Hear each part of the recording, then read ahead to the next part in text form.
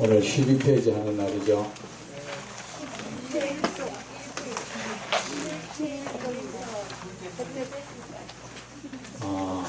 11페이지에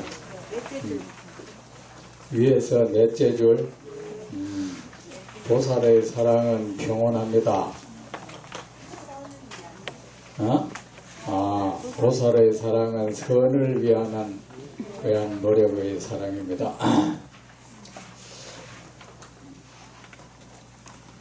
제가 이 경을 맨날 하도 자꾸 읽으니까 전부 했는 것 같아요. 때로는 읽다 보면 이게 전부 했는 것 같은 느낌이 들 때 많습니다. 오랜만에 공부 시작하니까 여러분 쉬는 동안에 또 경전도 별로 읽어보지 못했을 때니까 일정 부분 제가 좀 읽겠습니다.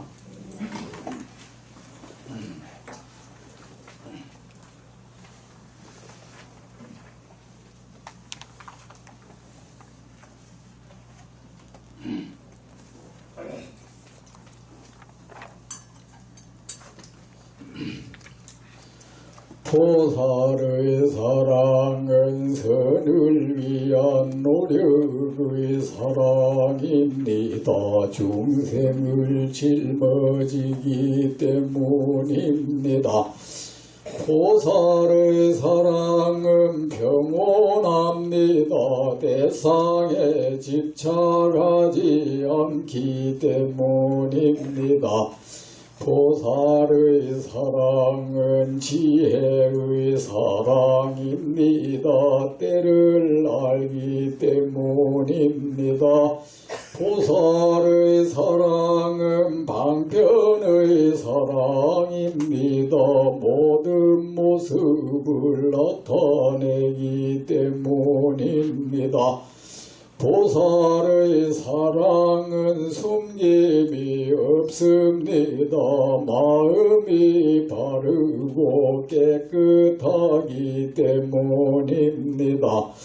보살의 사랑은 깊은 마음의 사랑입니다. 행위가 잡되지 않기 때문입니다. 보살의 사랑은 속임이 없습니다. 거짓이 없기 때문입니다. 보살의 사랑은 안락의 사랑입니다. 부처님의 안락을 얻기 하기 때문입니다. 보살의 사랑은 이러합니다. 문수보살이 물었습니다. 무엇을 보살이 중생을 불쌍히 여기는 마음이라 합니까? 보살은 자신이 지은 복덕을 중생과 공유합니다. 무엇을 보살의 중생에 대한 기쁜 마음이라 합니까? 보살은 중생에게 이익이 되면 기뻐하고 후회하지 않습니다. 무엇을 보살이 중생을 차별하지 않는 마음이라 합니까? 보살은 자신이 지은 복업에 대하여 과보를 바라지 않습니다. 같이 일찍 듣기만 했습니까? 여러분, 모든 경전은 읽고 외워야 돼요. 그 경전에 대해서는 읽고 외우는 습관을 들이는 줄 알아야 됩니다. 부처님께서 세상의 더러움에 대해서 말씀하신 적이 있었는데, 그 중에 한 가지가 경전은 독송하지 않음이 더러움이요.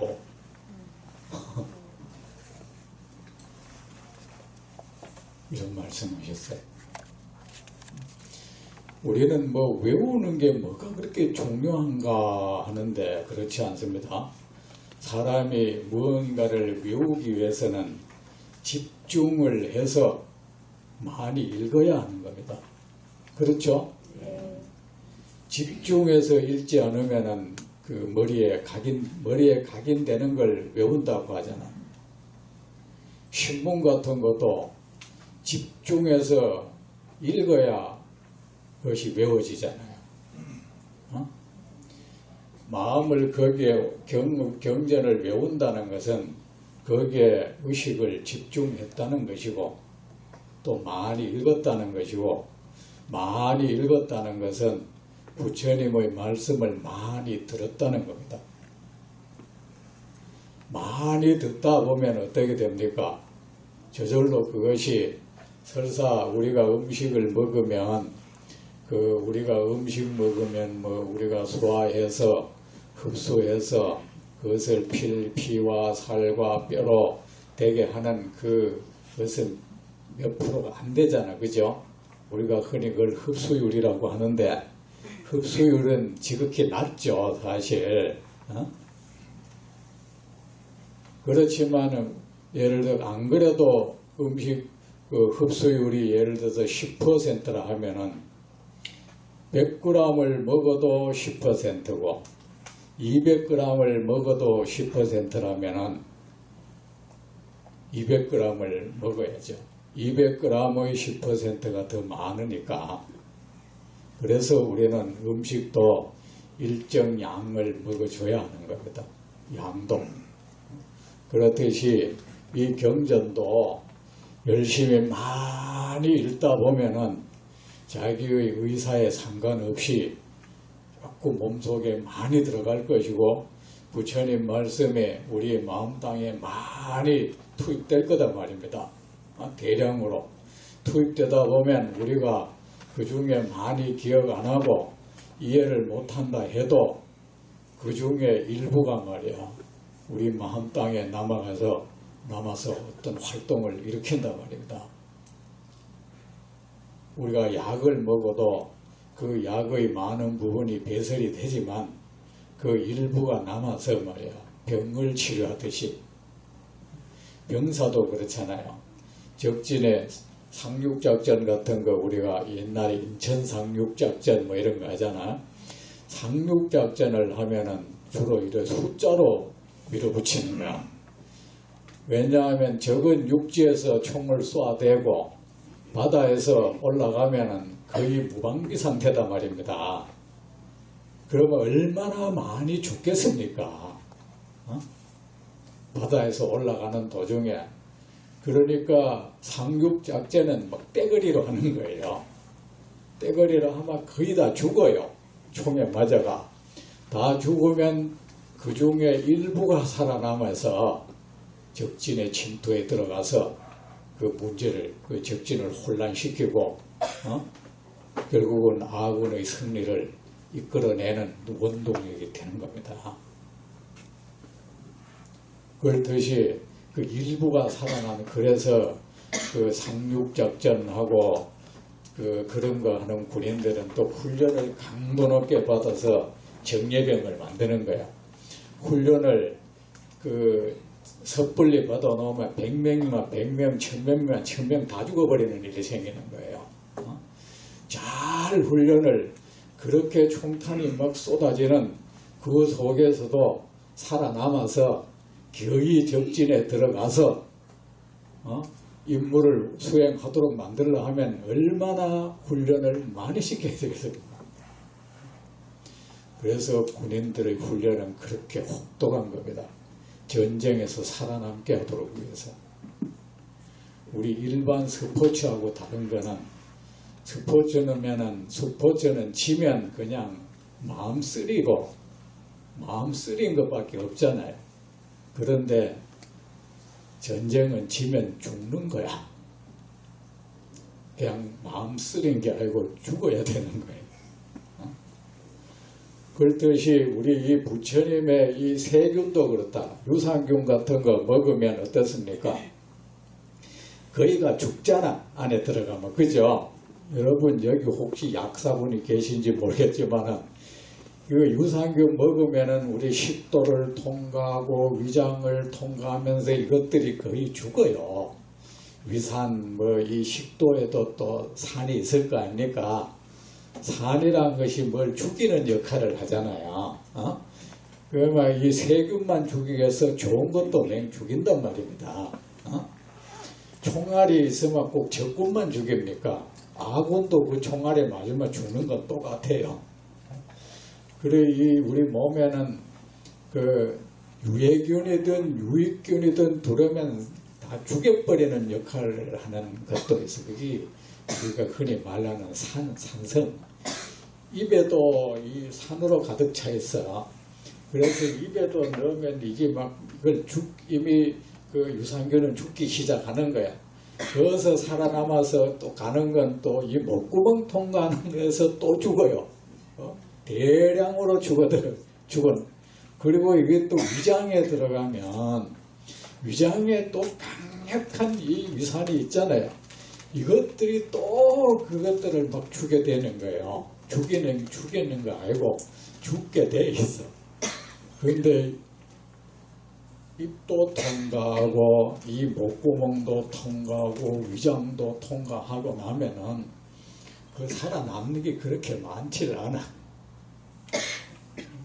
그래서 그 살아남은 것이 위장에 들어가서 우리 정장 활동을 한단 말입니다. 살아남은 것들이 장까지 도달해가지고 그래서 어떻게 합니까? 유산균 만들 때 마리수를 많이 하잖아요. 그게 장까지 도달하는 동안에 죽는 걸 계산해서 그런 겁니다. 그거. 엄청나게 죽으니까. 그래 엄청나게 옛날에 그 전쟁할 때 보면 성을 함락할 때 병사들이 막 성 위에서 쏘아대잖아요. 어떨 때는 사다리 타고 올라가면은 위에서 막 불을 던지고 돌을 던지고 엄청난 숫자가 죽잖아요. 그런데 다 죽을 수가 없잖아요. 기어코 거기서 안 죽고 들어가는 이 전사들이 있어. 그들에 의해서 그 성이 함락된 거예요. 마찬가지로 부처님의 이 법은 우리가 흔히 법약이라고 해요. 진리의 약, 가르침의 약. 이 약은 어떤 효능을 가지고 있나? 우리의 번뇌 이 세균을 죽이는 효능을 가지고 있단 말입니다. 가지고 있는데, 근데 이 약을 부처 먹는다는 것은 그걸 약을 투여하는 거하고 똑같아요. 부처님이 거기에 약을 밀어댄단 말입니다. 우리가 듣는다는 것은 부처님 앞에 입을 벌리고 있고 부처님은 그 입속으로 당신의 그 효능 높은 그 고단히 법약을 우리 몸속에 밀어넣는단 말입니다. 밀어넣지만 어떻습니까? 우리는 온갖 업으로 우리는 이 몸을 받았어. 우리의 몸은 말이야. 그 진리를 사살해버리는 이 기능을 가지고 있단 말입니다. 우리 구조가 그래요. 무량 부처님 같은 분들은 무량억급 동안에 무수한 부처님을 만나서 그 수많은 부처님을 따라다니고 섬기면서 무수급을 이 선업을 쌓아가지고 이 몸이 잘 정화돼서 어느 부처님 말씀 들으면 100% 그대로 싹 흡수해서 그 부처님의 법약들이 이 몸속 마음 땅에 들어가서 100분 활동할 수 있는 토대가 되어 있었지만 우리는 반대로 무량급을 이 생사세계를 왕래하면서 말입니다. 한량없는 이 악업을 지어놨어. 그 악업이라는 것은 뭡니까? 유익균을 죽여버리는 이 몸 구조가 되어 있다는 겁니다. 우리가 우리가 몸을 잘못 관리하는만 똑같은 사람도 이 산이 아주 강한 사람들이 있잖아요. 얼마나 만하고 강한지 어떤 사람은 자기 위장을 빵꾸내 부는 사람도 있잖아요. 우리가 그런 유다 말입니다. 중생이라는 것이. 그래서 약도 들어가면 막 희석시켜버리는 기능도 있는 거예요. 우리 몸을 치료하는 그 약을 먹어도. 그래서 그 약이 제대로 그 효능이 발휘될 수 없는 구조를 가지고 있는 것이 우리예요. 그래 이럴 때 어떻게 합니까? 이 인의 전술을 쓰는 거야. 수조 마리의 유산균이 있는 그 약을 이 제재를 먹듯이 부처님의 우리는 그런 어지간한 좋은 말들, 어지간한 좋은 우리에게 정말 우리를 도탄에서 구해줄 수 있는 그 좋은 가르침들은 다 죽여버리는 기능을 우리가 가지고 있단 말입니다. 죽여가지고 이것이 마음 땅에 온전히 도달해서 제2 뿌리를 내리고 싹을 틔우고 활짝 성장해서 꽃을 피우고 열매를 풍성하게 맺을 수 없도록 하는 이 방해의 이 세력들이 왕성하단 말입니다. 여러분 그거 알고 계셨습니까? 그래서 우리는 누가 말 들으면 전부 삐딱하게 받아들여버리는 거야. 좋은 말을 해도 뒤따 틀어버리는 거야. 이게 안에서 이게 작동하고 있는 거예요. 그래도 여러분은 덜한 게 또 이어와서 이 뭡니까?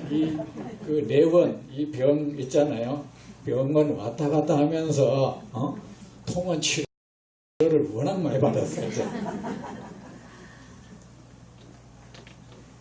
부처님은 우리 스님들은 절이란 그 도량에 말한 병원에 입원해서 장기 입원해서 치료받는 분들이고 신도님들은 말이야 좀 장기 입원하려고 해 좀 돈이 없어. 치료비가 좀 부족해.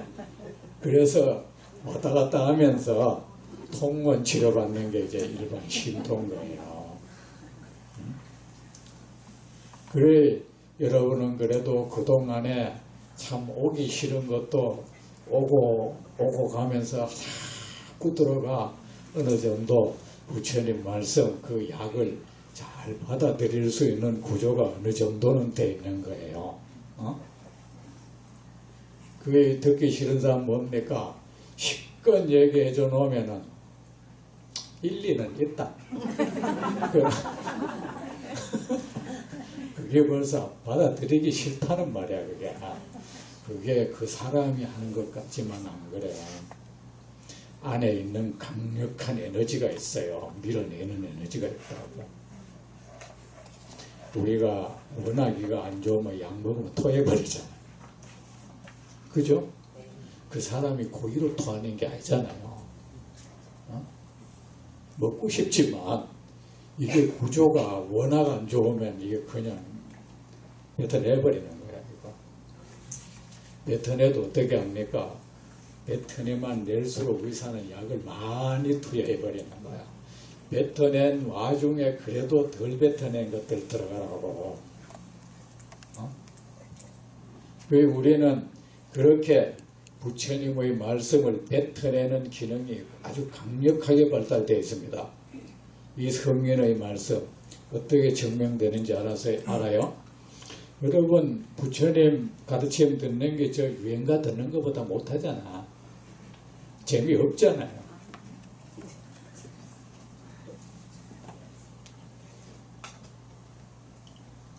제 말 맞죠? 네. 연속극 보는 것보다 재미없잖아요. 신문 보고 누구 범죄 저질렀다 하고 그 사람 욕에 대는 것보다 재미없잖아요. 그게 뭡니까? 그리고 부처님 말씀을 읽어가면 일부러 하기 싫은 마음 내야 되잖아. 그렇죠? 그게 바로 이제 우리의 현 정세를 나타내는 겁니다. 그러면 이제 부처님은 그런데 부처님의 이 법약은 또 어떻게 제조되었느냐? 이 중생에게는 이 약이 웬만해가는 안 통한다는 걸 아는 거야. 부처님의 이 법약은 또한 이 약을, 이 제약 기술은 얼마나 뛰어났냐 하면 이 제약 기술 익힌 지가 또한 무량억겁이 됐어. 무량억겁 동안 모든 부처님을 따라다니면서 그 수많은 부처님을 섬기면서 그 수많은 부처님으로부터 중생의 번뇌병을 치료하는 이 제약 기술을 익혀낸 거야. 어지간해서 우리의 그 제약회사에서 잘 만들어진 그 유산 제재는 어지간하게 이 목을 통과하고 위양을 통과하는 동안에 잘 안 죽도록 만들어 놨듯이 이 부처님의 이 법약은 말입니다. 잘 안 죽도록 만들어 놨어요. 그것이 아주 강력한 활동력을 지니고 있어요. 그래서 우리가 부처님의 경을 많이 읽으면 이 대량으로 부처님으로부터 약을 부여받는 거하고 똑같아요. 아셨죠? 그러면 이제 인해전술로 숫자로 밀어붙이는 거야. 대량으로 투여됐다는 것이고 또 외웠다는 것은 또한 정신을 집중해서 그렇게 많이 읽었다는 증거예요. 외운다는 자체가 중요한 게 아니라. 그러니까 여러분, 부처님께서 경전은 매우 암송하지 아니함이 더러움이다 그랬어요. 경전을 더럽히는 거다 이거예요. 보세요. 여러분이 그 노래 가사 같은 거는 반복해서 일부러 외우잖아요. 그렇죠? 그 음절 하나라도 놓칠세라 좋으니까 그런 거잖아요. 근데 우리가 뭡니까? 부처님의 말씀을 그렇게 외우기 위해서 노력한다면 다 외울 수 있어.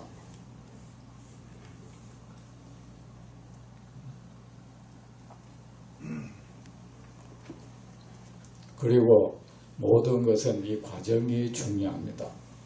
부처님의 말씀을 외우려는 노력을 한번 해보세요. 그 과정이 아마 설사 경을 외우지 못했다 해도 말입니다. 우리가 운동을 하면 꼭 나중에 운동선수가 안 된다 해도 건강은 없잖아요. 맞습니까? 맞습니다. 그러면 부처님이 좋은 말씀도 우리는 누구 말을 들어도 들으면서 살잖아. 그러면 부처님 말씀 듣는데 많은 시간을 투자한다는 말이잖아요. 그러면은 부처님 말씀을 그렇게 많이 듣고 많이 외우려고 애쓰는 동안에 여러분의 뇌가 정화될 겁니다. 그것만 해도 아주 큰 공덕일 겁니다. 그래서 나중에 아마 치매장 걸릴 거예요. 건전한 것을 늘 연구하는 사람은요, 이 뇌가 늘 살아있어요. 깨끗하게 살아있다고. 스트레스도 안 받아요. 우리를 스트레스에 몰아넣는 것들은 다 불건전한 것들이에요. 우리가 내 스트레스 많이 받았어 할 때 여러분 스트레스를 받은 그 과정을 보세요. 별로 좋지도 못한 것들 때문에 스트레스를 받았어. 절대 우리가 예를 들어서 누구하고 이익을 놓고 말입니다. 어떻게 하면 저게 내 우주머니에 들어가 이거는 제대로 안 되면 막 스트레스 받다. 짜증이 나고 말이야. 혈압도 오르고 당도 올라가고 막 이래요. 이런 것들은 말이야 정말로 우리가 흔히 하는 말로 이자야 본전인 이봐야 본전이야. 사실 그래요. 여러분들 말입니다. 조그만 이익 하나 손에 안 보려고 그거에 목을 막 스트레스 받으면서 얻었다 한들 그러면서 여러분 그 정신적, 육체적인 거 다 망가지는 거야. 그 망가뜨리고 그 망가뜨린 과보를 스스로 받게 돼서 그 결과는 언제 나타나도 나타나요. 그리고 그렇게 해서 얻어진 거 싹 날리게 돼 있어. 그렇게 하는 동안에 여러분 몸 마음을 아주 깨진 그릇, 금이 쫙쫙 간 그릇으로 만들어 놔보는 거예요. 그리고 금이 그렇게 간 그릇, 그거 팍 깨져버린 건 시간 문제예요. 그렇지만 이 건전한 거, 부처님 말씀 같은 거는 한번 외워보자. 안 외워도 스트레스 안 받아. 그리고 노력 끝에 외워나면 그걸 외웠다고 해서 그동안 스트레스 받아가 그 과보로 뭐 이 정신적으로 육체적으로 문제 일어난 일 없어요. 그것이 들어가서는 또 일단 들어가서는 이게 좋은 활동을 하거든. 이게.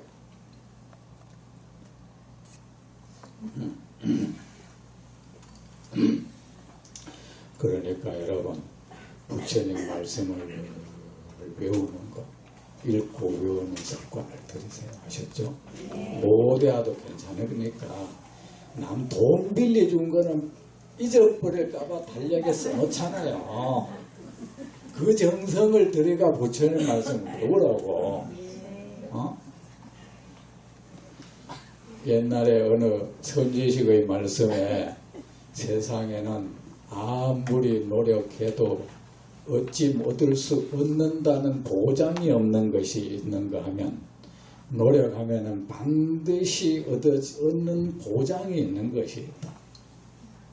아무리 노력해도 꼭 얻을 수 있다는 보장이 없는 것은 이 세상 모든 허망한 이 재물 같은 거 이런 거예요. 오욕경계이고, 오욕경계는 뭡니까? 재물이나 명예나 이 권력 이런 것들은 노력한다고 얻어진다는 보장은 없어. 그렇죠? 그렇지만 노력하면 반드시 얻는 것은 도다 그랬어요. 도는 노력하면 반드시 얻는다. 그런데 세상 사람들은 아무리 노력해도 얻는다는 그 확증의 그 성취가 보장되어 있지 않는 것에 대해서는 7.8개 한다는 거야. 끈질기게 집념을 불태우면서 대든다는 거야. 대두고 얻으면은 노력하면 반드시 얻을 수 있는 이 돈은 지레 그거는 뭐 내가 하는 거 아니야. 싹 물러서 버리는 거야. 이 세상에 재물이나 권력, 명예를 얻기 위한 노력을 도를 얻기 위해서 그렇게 노력한다면 이 세상에 성자가 되지 못할 사람은 하나도 없다. 이 사람들은 노력도 하지 않고 그냥 어렵다는 말만 하고 있다. 내 말, 이건 제 말이 아니고 부처님 말씀입니다.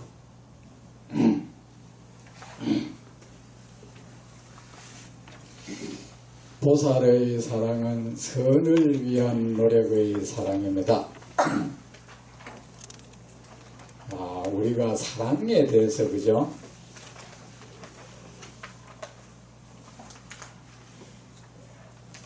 그러면 선은 무엇입니까?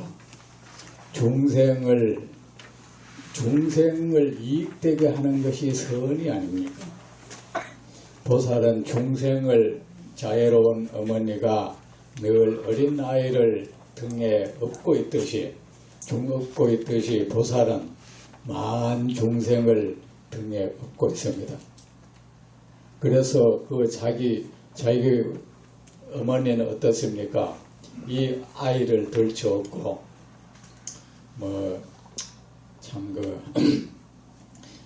여러분 가운데는 이 가난한 부모로서 살아가시는 분 여기 계실지 모르지만은 어느 이 가난한 어머니가 말입니다.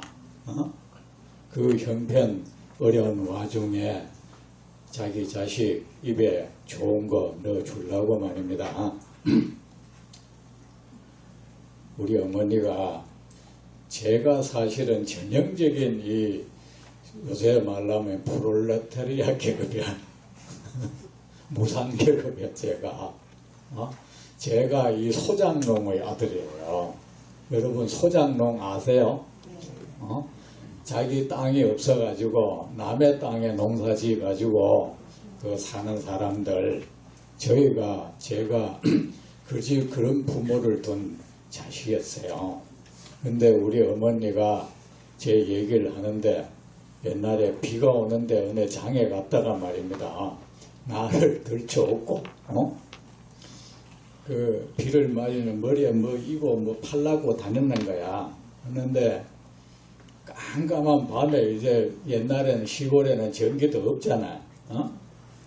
그래가지고 이 비는 펑펑 쏟아지지 우리 동네에 올라니까 막 옛날에 뭐 겨울에 다리도 없잖아요. 그죠? 그리고 겨울에 물줄기는 세차잖아. 그 잘못 건너면 큰일 나잖아요. 이게 위로 올라갈수록. 그죠? 그래가지고 또 산으로 그 물을 건널 수 있는 지점을 어느 그 밤중에 산으로 계속 올라갔다는 거야.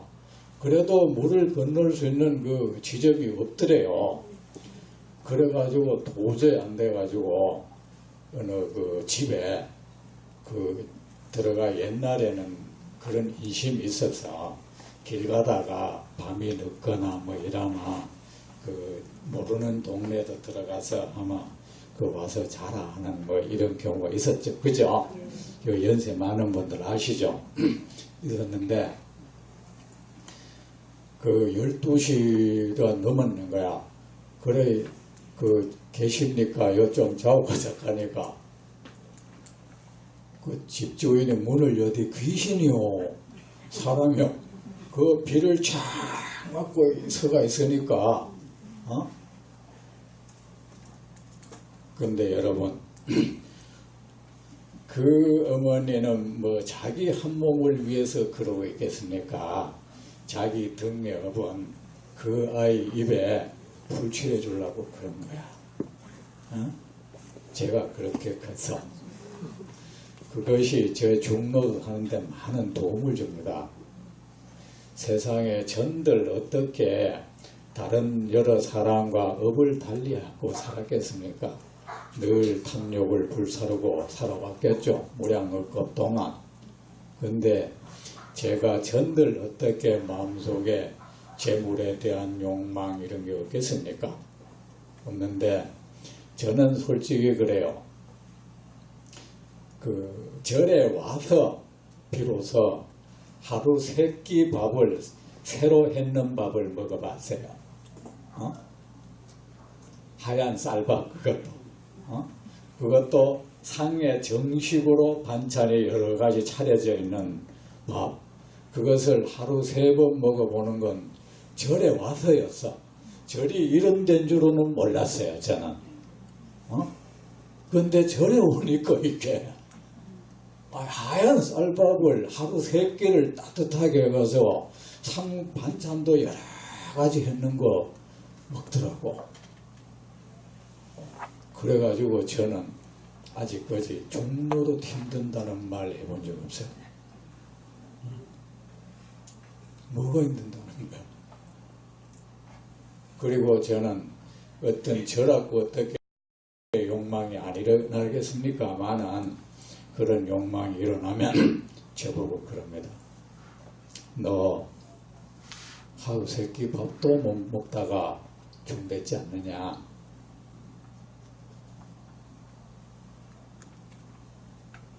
그런데 너가 중이 돼가지고 초가삼간 그런 데 살다가 너 중이 돼가지고 고래등 같은 귀하집 밑에 살면서 남한테 절받아 먹고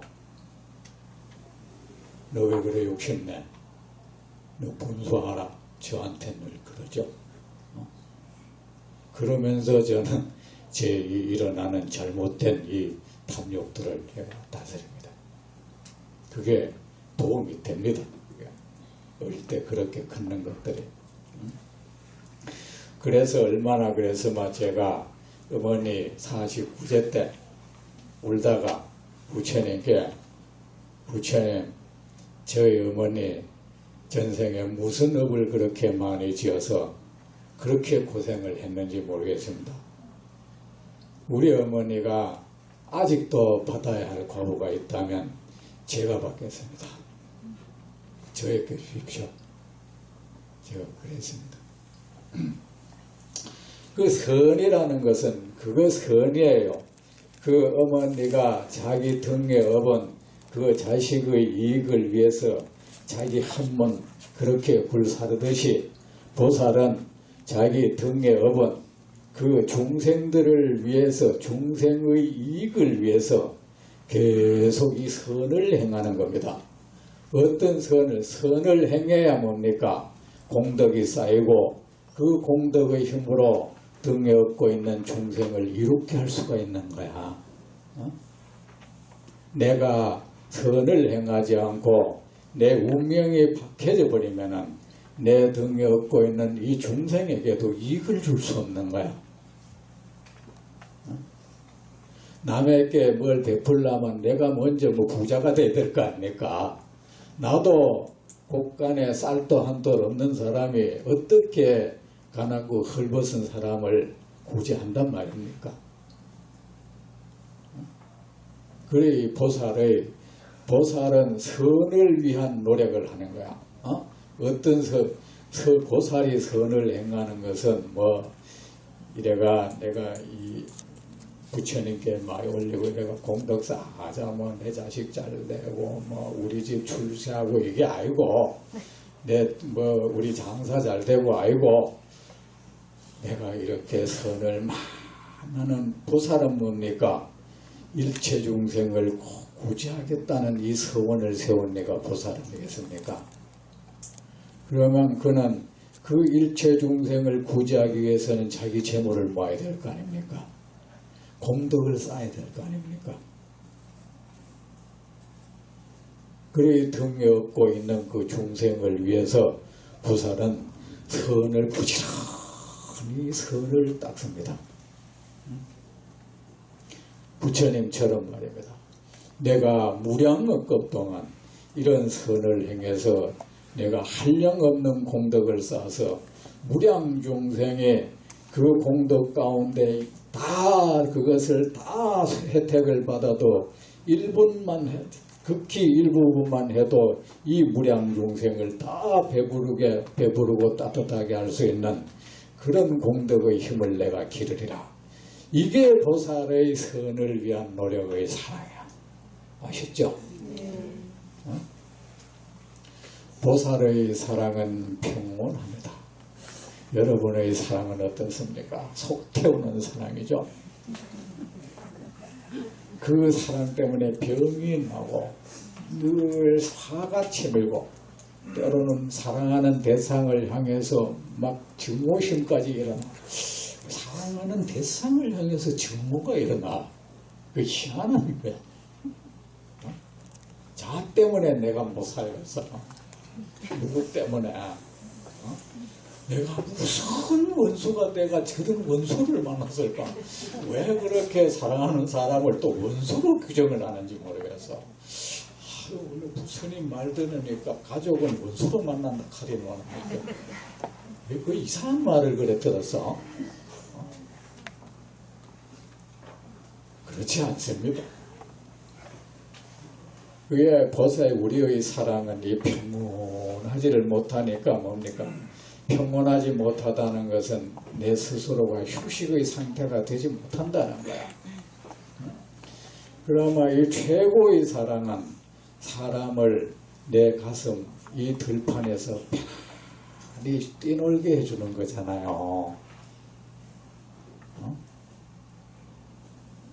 내가 그 사람을 어찌할 필요도 없다. 자, 초원이 있습니다. 거기에 주인이 할 일은 가시나무를 제거해 주는 것만 하면 돼. 돌뿌리나 이런 거, 그죠? 못 같은 거 이런 거 있으면 다칠 거 있으면 그러면 거기에 그냥 양떼를 풀어놓으면 양떼는 거기에 막 놓고 뛰놀면서 풀을 뜯어먹어. 양떼의 그런 이익은 그렇게 저절로 성취되는 거예요. 여러분의 진실로 사랑이라는 것은 그 사람에게 어떤 이익을 줘야 사랑 아닙니까? 애를 먹이는 건 사랑이 아닌 거야. 그러나 아마 여러분 마음 땅을, 여러분 그 존재의 땅을 평온이 되게 하세요. 먹기 좋은 이 보들보들한 풀이 왕무성하게 자라진 파란 평원 말입니다. 들판.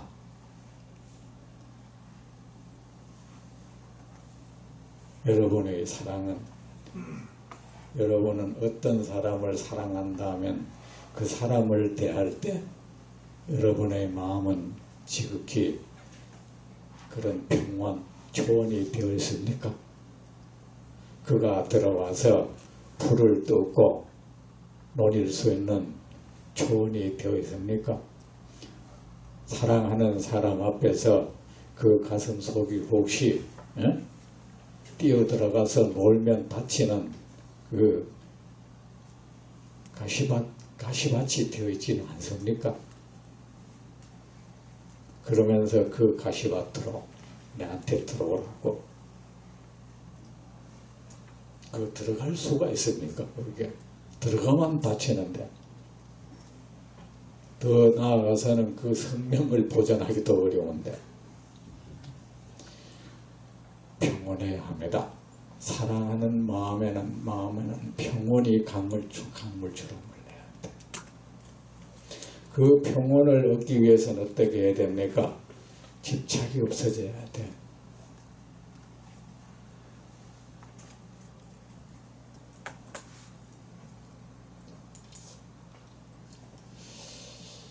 보살의 사랑은 평온합니다. 대상에 중생에 대하여 집착하지 않기 때문입니다.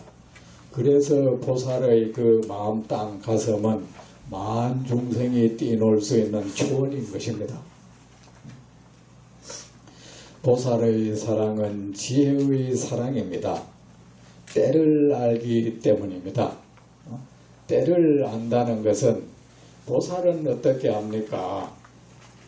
한편으로는 깨달음을 얻어서 자기를 성취하기 위한 노력도 해야 되고, 한편으로는 중생을 이롭게 하기 위한 노력을, 그 수레가 두 바퀴가 이렇게 굴러가듯이 그렇게 하는 게 보살인데, 이거는 자기의 깨달음을 위한 노력, 이거는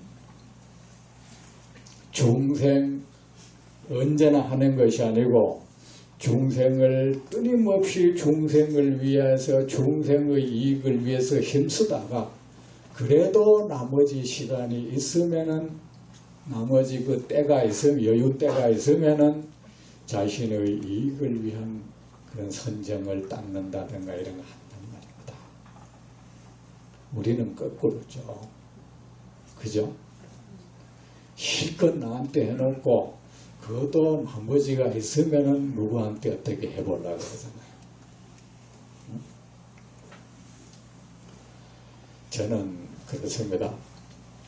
우리가 법인이 하는데, 법이라는 것은 우리끼리 만든 약속이잖아요.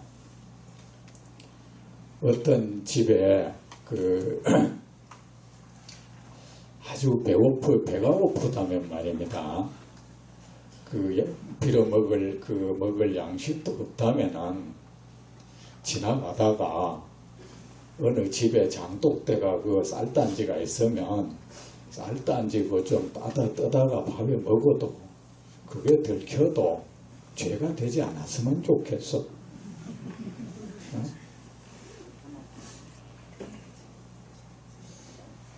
그것이 도둑질이 안 됐으면 좋겠더라고요.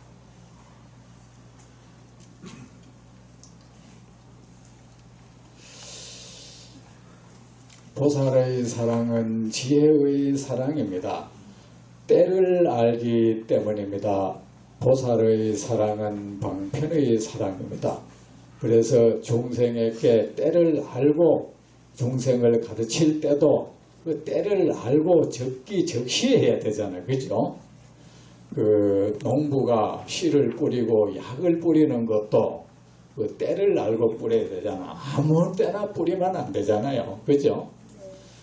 그 여러분 그 농부들 앞에서 뭐 그 약치는 거 그런 거 비난하면 안 돼. 왜냐하면요, 저도 농촌에서 살았지만 농부들도 그 한창한 위험과 고통을 무릅쓰고 그렇게 해요. 그 농약은 또 햇볕이 쨍쨍 내려질 때 농약을 쳐야 돼요. 시원할 때 뭐 못 쳐요. 그래야 효과가 있어. 그러나 그들도 그거 하다가 쓰러질 수도 있어. 저희 아버지가 농약 옛날에 분법부지 이래 하는 거 있죠. 분무기에.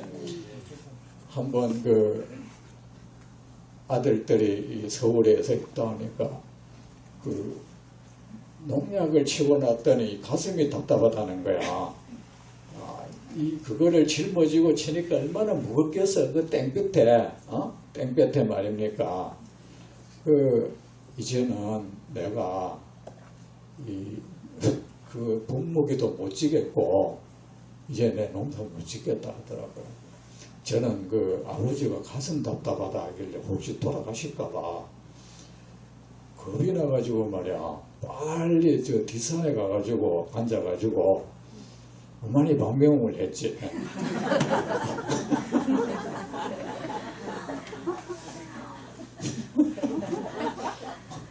이제 돌아가면 뭐 겁이 나가지고 이 약을 줬더니 가슴이 답답하다 하는 거야.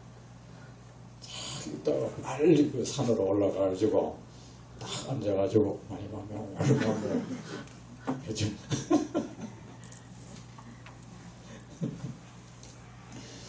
보살의 사랑은 지혜. 그런데 그렇듯이 우리가 중생에게 이익을 주는 것도 그래요. 때를 알고 해야 돼. 아무 때나 그러면 안 돼. 그죠?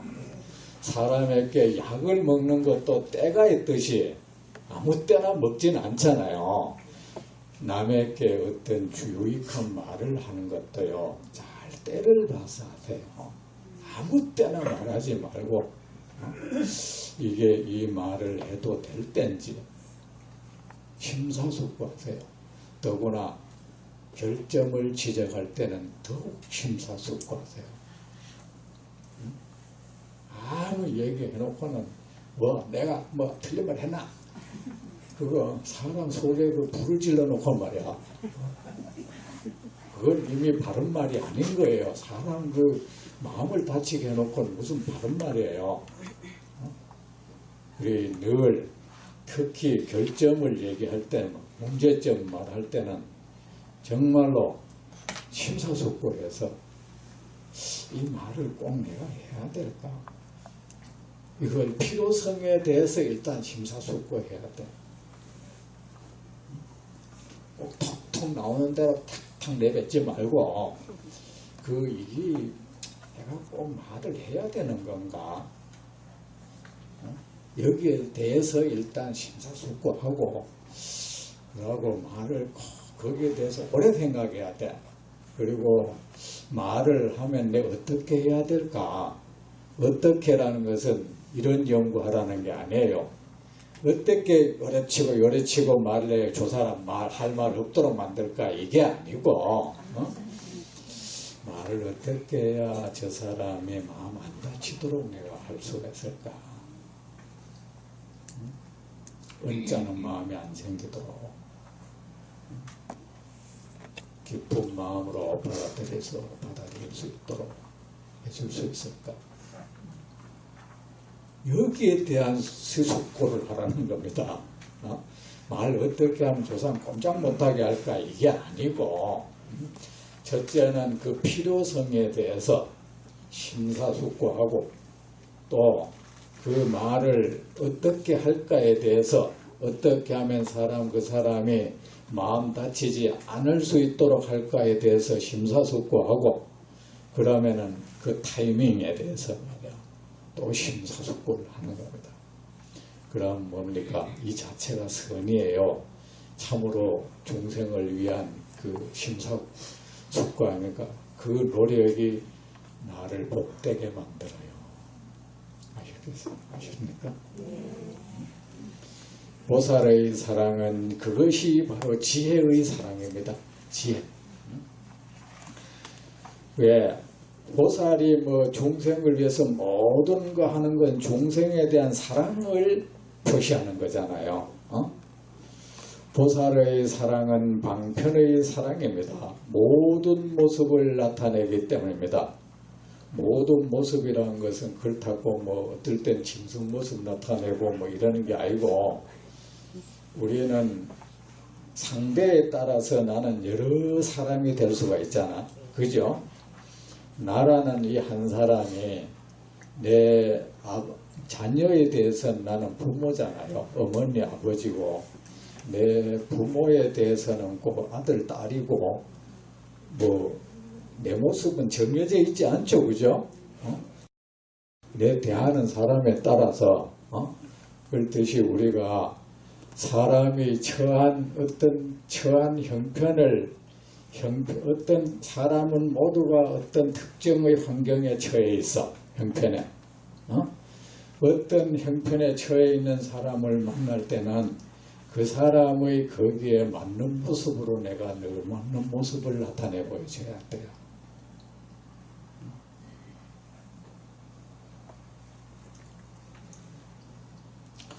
그래 내가 그 사람한테 어떤 모습을 보일 것인지. 저 앞에 그랬죠. 그 음악 의사가 저 장자들을 제도할 때는 장자의 모습으로, 가난한 이를 제도할 때는 가난한 이의 모습으로, 국왕을 제도할 때는 국왕의 모습으로, 저 천신을 제도할 때는 천신의 모습으로, 우리가 어린아이를 제도할 때는 어린아이의 모습으로 그에게 나타나 보이잖아요. 그죠? 아까 아주 포행하다고 유치원생이 왔어요. 여러 명 한데 애들 몇 명이 모여 있는데 그 유치원 그 교사가 있는데 마침 거기 어떻게 그 포착이 됐는지 참 재밌더라고. 설명하더라고. 이래 앉아가지고 옆에 끼가지고 같이 들었어요. 들었는데 그 애벌레가, 파란 애벌레가 꼬막 파란색 애벌레 있잖아요. 그게 요 잎하고 요 잎하고 사이에 그 줄이 한데 고기 매달려 있는 거야. 요게 애벌레인데, 애벌레가 엄마한테 지금 그 엄마가 어디 가가지고 찾으러 나왔다는 거야. 나왔는데 우리가 어떻게 하면 되겠어? 이거를 떨어뜨리면 되겠느냐? 그러면 안 된다는 거야. 그 어린애가 그냥 만지면요, 만져도 안 돼. 만지면 이게 죽어버리는 거야, 그러니까 애벌레가. 그럴 때는 뭐야? 그 유치원 선생님이 아이의 모습으로 하고 있는 거야. 맞죠? 아이의 정신세계에서 그렇게 얘기하고 있는 거예요. 그게 우리는 이게 방편의 사랑이라는 게 사람마다 어떤 신분이 있고, 잘 사는 사람, 못 사는 사람, 많이 배운 사람, 듣기 배운 사람, 또 그 처한 환경도 지금 고통받고 있는 사람, 지금 일이 잘 되고 있는 사람도 있을 거고, 각각의 현재 처한 그 사람의 그 처지가 있잖아요. 신분도 있고, 거기에 내가 맞는 모습으로 그에게 다가가서 제도한다는 겁니다. 방편이란 그런 거예요. 보살의 사랑은 방편의 사랑입니다. 모든 모습을 나타내기 때문입니다. 보살의 사랑은 숨김이 없습니다. 마음이 바르고 깨끗하기 때문입니다. 사랑하는 사람 앞에 뭘 숨기고 은폐하고 위장하면 안 되겠죠. 참으로 어떤 사람을 사랑한다면 그 사랑하는 사람과 나는 교류가 돼야 돼요. 그렇죠? 교류하는 가장 좋은 수단은 그 사람 앞에 나는 아무것도 숨기지 않는 거야. 내가 그 사람 앞에 투명체가 되는 거예요. 무리아처럼.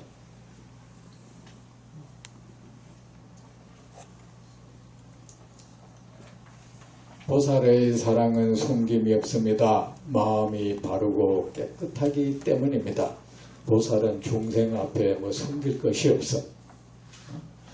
보살의 사랑은 깊은 마음의 사랑입니다. 행위가 잡되지 않기 때문입니다. 보살의 사랑은 저 깊다는 것은 무엇이 깊겠어요? 그 순도가 아주 깊은 거야. 보살의 마음은 아주 깊고도 넓죠. 그 선이 아주 깊고 깊은 마음의 사랑입니다. 행위가 잡되지 않기 때문이다. 마음이 안 깊다 보면 행위가 잡스럽잖아요. 행위가 원래 이 지혜가 없는 사람이 자꾸 잠깨를 부리고 잠수를 써요. 정말입니다. 실제로 그 사람이 지능이 거의 높은 사람들이 오히려 그 수단을 잘 안 써요. 꼭 그 머리 나쁜 사람들이 온갖 수단을 쓰려고 덤벼들어. 쓰면 마음은 다 보이는데.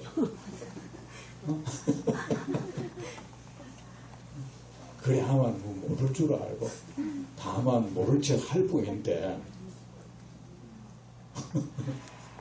이런 말로 저런 말로 나를 어찌 해보려고.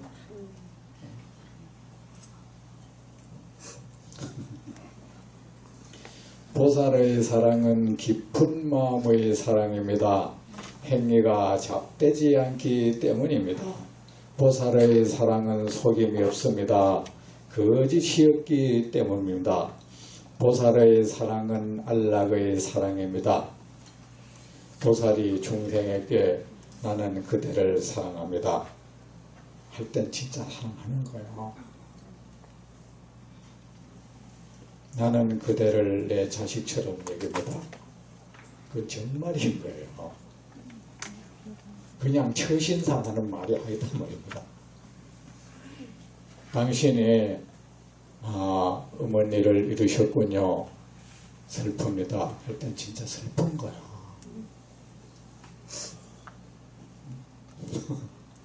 여러분도 그런 마음 가져왔으면 좋겠죠. 그냥 그 마음이 그렇게 쫙 통해버리는 거예요. 보살의 사랑은 속임이 없습니다. 거짓이 없기 때문입니다. 보살의 말은 모두가 진실된 거예요. 사실인 거예요. 보살의 사랑은 안락의 사랑입니다. 부처님의 안락을 얻게 하기 때문입니다. 보살이 중생을 사랑하는 궁극 목적은 중생을 안락하게 하기 위한 사랑이죠. 고통을 주기 위한 사랑은 아니죠. 보살의 사랑은 이러합니다. 여러분 보살 사랑을 이제 알았습니까? 그래도 이해 안 된다면 이 중에 여러분 단 한 구절이라도 계속 읽어보세요. 부처님 그러셨죠. 우리가 약을 먹으면 그 중에 효력을 발휘하는 것은 한 방울인 거야.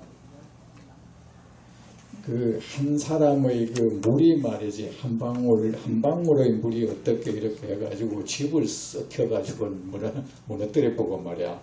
한 사람의 병사가 말이야 적진에 들어가서 온 적진을 완전 붕괴시켜 버리고 하듯이 한 방울의 약이 말이야 아주 순도가 높다면 약이 이 몸에 들어가서 이 병을 고치고 하듯이 부처님의 말씀 가운데 부처님 그러셨죠.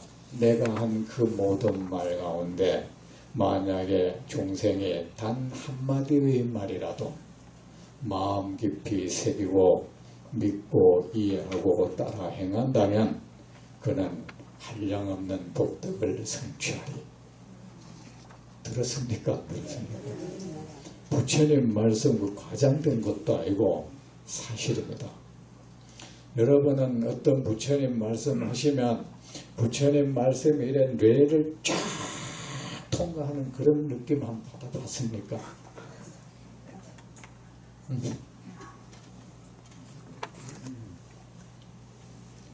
그냥 말씀이 아니에요. 부처님 그 말씀은 맞는 거야. 그럴 때 부처님 맞습니다. 부처님의 말씀은 사실입니다. 부처님의 말씀 가운데 한마디의 말씀이라도 제가 마음 깊이 새겼습니다. 여러분 그랬습니까?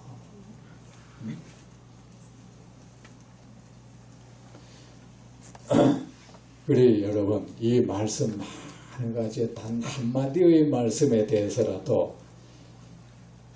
마음 깊이 계속 읽고 사유해 보세요.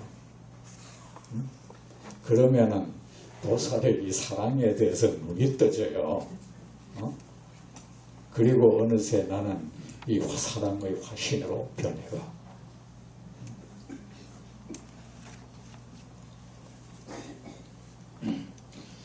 부처님의 말씀은 우리로 하여금 그냥 예술품 감상하듯이 감상하도록 하기 위한 게 아니고, 그저께 어디 갤러리 가니까 미술 작품에 희망,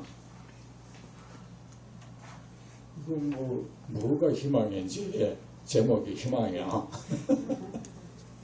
그렇다면 제가 그런 생각에서 이게 희망이면은 이 작품에 대한 설명이 필요 없어야 돼. 딱 보는 사람이 마음속에 삶에 대한 희망이 쫙 생겨나야 돼. 요거는 희망을 표시한다 이러면 안 돼. 이렇게 그린 거 요것은 희망이고 이거 상징하는 것이고 이게 뭐였어?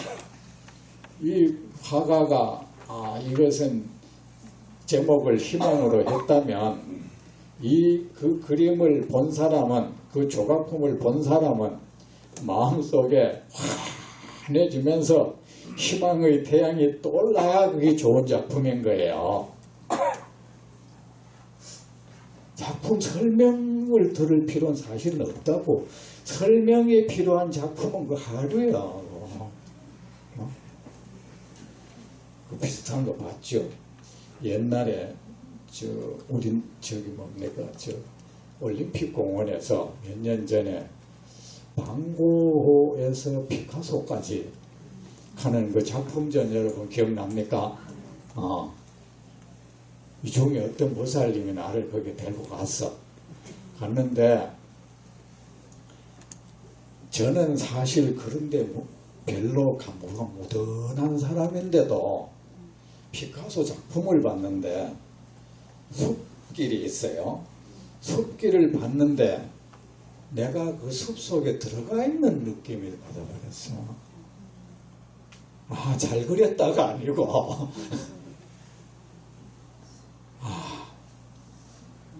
내가 그 숲속에 들어가 있는 것 같은 이런 느낌이 일어나 버렸어요.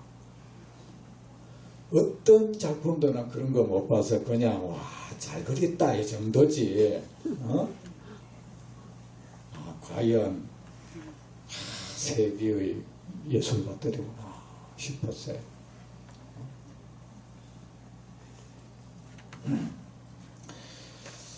부처님 말씀은 말입니다. 여러분이 자꾸 연구할 필요 없습니다. 사실은 자꾸 읽고 사유하고 하다 보면은 여러분이 그렇게 변해가는 거야. 그랬을 때 비로소 경을 제대로 읽은 겁니다. 마음속에 보살의 사랑이 싹이 터올라야 되는 거야. 사랑이라는 것이.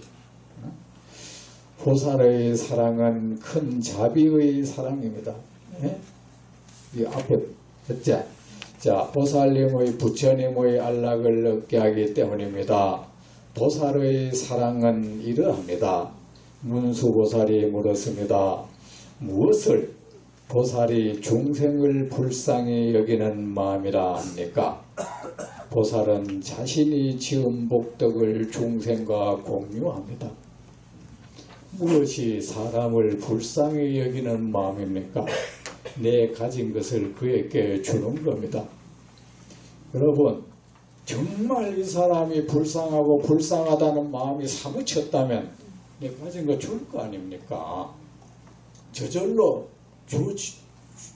그냥 손이 그래 나가버릴 거예요. 불쌍하다 하면서 이 주는 거는 안 되는 거는 뭡니까? 그 불쌍한 마음이 그렇게 깊지 않는 거야. 그냥 요 표피 속에서 그냥 정이 그렇게 일어났을 뿐이야. 그냥 보살의 불쌍, 우리가 흔히 사람 불쌍히 여기는 마음, 보살이 불쌍히 여기는 마음 할 때는 달라. 우리가 불쌍히 여긴다는 건 달라요. 보살이 한 거지를 불쌍히 여기는 마음이라는 건 내 재산 다 족보는 거야. 집에 오라 해가지고 뭐 밥 한 끼 주는 게 아니고, 하여만 네 집이 없나? 다 줘가지고 그러니까 집 사고, 그 살아. 보살은 그런 거예요. 이 유마거사가 그런 분이었어. 그냥 뭐 불유 이웃돕기 얼마 정도 애가 영수증 받고 한 게 아니고 기부 영수증 따로 받고 그런 게 아니고 이런 겁니다. 보살이라고 했잖아요. 중생이 무엇이 중생이 중생을 불쌍히 여기는 마음이라 합니까? 이때는 대답이 달라지겠죠. 근데 여기는 무엇이 보살이 중생을 불쌍히 여기는 마음입니까? 자기가 지은 복덕을 중생과 함께 해버리는 거야. 응? 공유해버리는 거예요. 혼자 차지하는 것이 아니고. 응? 여러 중생이여, 여기에 내가 큰 못이 있습니다. 물고기, 여러분 다 와서 이 물고기를 잡아가세요. 우리는 어떻습니까? 내가 파나는데 당이 왜 와? 물가가 내놔. 고소해버린다. 이래 보잖아. 무엇을 보살의 중생에 대한 기쁜 마음입니까? 이 앞에 여기 보살의 전부 여기에 이 눈이가 보살이 이러냐 이게 무엇이 보살의 중생에 대한 기쁜 마음이냐? 보살은 단순하다. 중생에게 이익이 되면 그냥 좋고 후회 안 해. 그 중생을 이익되게 하다가 내가 도탄에 빠져도 후회 없어요. 한 중생을 불쌍히 여기가 이 사람은 도움 줄라 하다가 내가 어디 죽게 됐다. 후회 없어. 그냥 기뻐. 왜? 중생을 구제했다. 나는 그냥 기뻐. 이게 보살이에요. 뭐 단순한 거예요. 이런 거는. 그리고 무엇을 보살이 중생을 차별하지 않는 마음이라 합니까? 보살은 자신이 지은 복업에 대하여 과보를 바라지 않습니다. 이건 뭐 앞뒤가 좀 이상한 말 안 같나? 안 그래요? 중생을 차별하지 않는 것과 복업에 대해 과보 안 바라는 거 이게 무슨 관계가 있어? 좀 의심도 좀 해야지. 이게 무슨 말씀이야? 여러분, 이 사람에 대한 차별은 말입니까? 어디에서 일어납니까? 여러분, 무엇 때문에 우리는 가난한 사람보다 부자를 더 좋아합니까? 왜 차별합니까? 부자는 나한테 이익을 줄 가능성이 높다는 판단 때문인 거예요.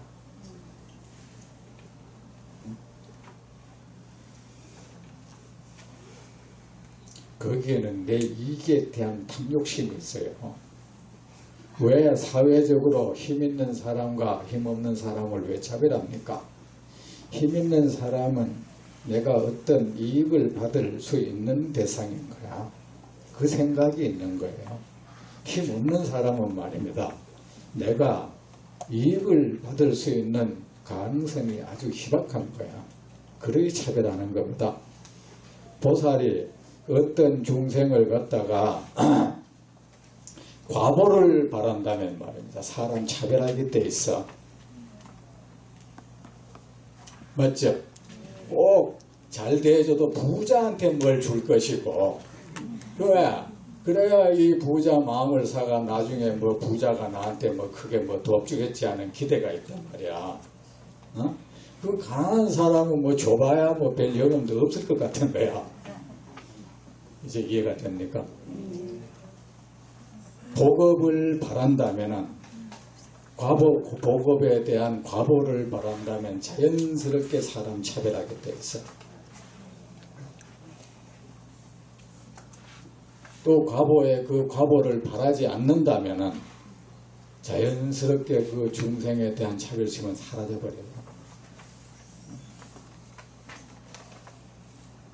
이제 다음 시간 계속합시다.